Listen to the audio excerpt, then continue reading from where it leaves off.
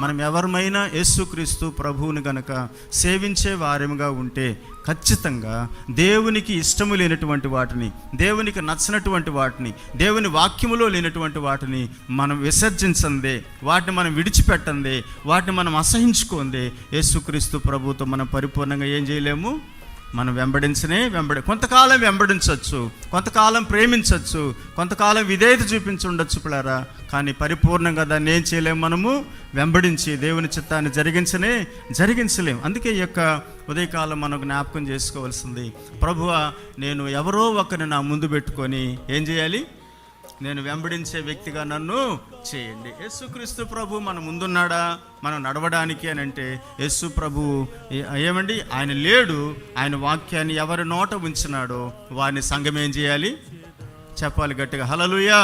నా ముందుంచినటువంటి నాయకుణ్ణి, నా ముందుంచినటువంటి దైవజనుడిని, నా ముందుంచినటువంటి ఆత్మీయులని, నా ముందుంచినటువంటి ఒకవేళ తల్లిదండ్రులుగా మనం ఉంటే, పిల్లలుగా మనం ఉంటే ఖచ్చితంగా వారిని కూడా మనం ఏం చేయాలండి, వెంబడించాలి. మోషేని హోషువ వెంబడించినట్టుగా, స్తోత్రం కలుగును గాక, ఏలియాను ఎలీషా వెంబడించినట్టుగా, హల్లెలూయా. ఏమండి రూతు నయోమిని వెంబడించినట్టుగా, మొర్దెకై యొక్క ఆలోచన మేరకు ఎస్తేరు వెంబడించినట్టుగా వారి జీవితాలలో, నా ప్రియమైనటువంటి సహోదరులారా, మీరు బైబిల్ మొత్తాన్ని చూడండి. బైబిల్లో ఎవరినైనా ఆత్మ సంబంధమైనటువంటి అనుభవాలతో వెంబడించినటువంటి వారు నష్టపోయినట్టు ఎక్కడా లేదు. ఎవరైతే తన సొంత ఆలోచన చేత, సొంత అభిప్రాయాల చేత, తన స్వసిత్తాన్ని నెరవేర్చుకోవడానికి వెళ్ళిపోతూ ఉంటారో వారు ఒకవేళ పోతూ ఉండొచ్చు, కానీ వారి భక్తిని దేవుడు ఎప్పుడు కూడా ఇష్టపడడు. మీరు ఇందాక 12-20 ఆ వచనం దాని కింద వచనాన్ని కూడా ఒకసారి చూద్దాం రండి.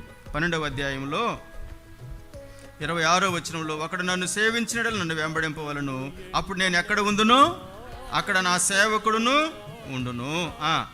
ఒకడు నన్ను సేవించిన ఎడల నా తండ్రి ఏం చేస్తాడు, వానిని గణపరచును. హల్లెలూయా.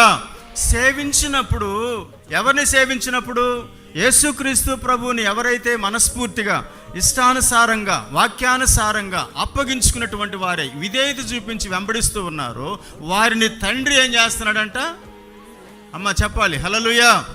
తండ్రి ఏం చేస్తున్నాడు, వారిని తండ్రి చేత. ఒక్కసారి ఒక ప్రశ్న వేసుకుందాం. తండ్రి చేత గణపరచబడేటటువంటి వెంబడింపు ఉండాలని దేవుడు కోరుకుంటున్నాడు. మనకు అనిపించింది కాదు. యేసు ప్రభువుని ఎవరైనా వెంబడిస్తూ ఉంటే, యేసు ప్రభు మాట ఎవరైనా వింటూ ఉంటే, యేసు ప్రభుని ఎవరైనా అంగీకరిస్తూ ఉంటే, యేసయ్య యొక్క వాక్యానుసారంగా ఎవరు జీవిస్తూ ఉన్నారో వారిని ఎవరు గణపరచాలి, తండ్రి గణపరచాలి. హల్లెలూయా. అంటే ఎవరైతే యేసుక్రీస్తు ప్రభు యొక్క వాక్యానుసారంగా జీవించడానికి, సంఘ విధి విధానాలలో సంఘం యొక్క చిత్తానుసారంగా నడవడానికి కోరుకుంటున్నారో వారిని ఎవరు చూస్తున్నారు, తండ్రి అయినా దేవుడు చూస్తున్నాడు. అందుకే ప్రభు యేసుక్రీస్తు చెప్పిన మాట, ఒకడు నన్ను సేవిస్తే నా తండ్రి వాడిని ఏం చేస్తాడు, తండ్రి చేత గణపరచబడేటటువంటి అనుభవము. హల్లెలూయా. ఎప్పుడు వస్తాయనంటే ఒక వ్యక్తి తను తాను దేవునికి పూర్తిగా అప్పగించుకోవాలండి.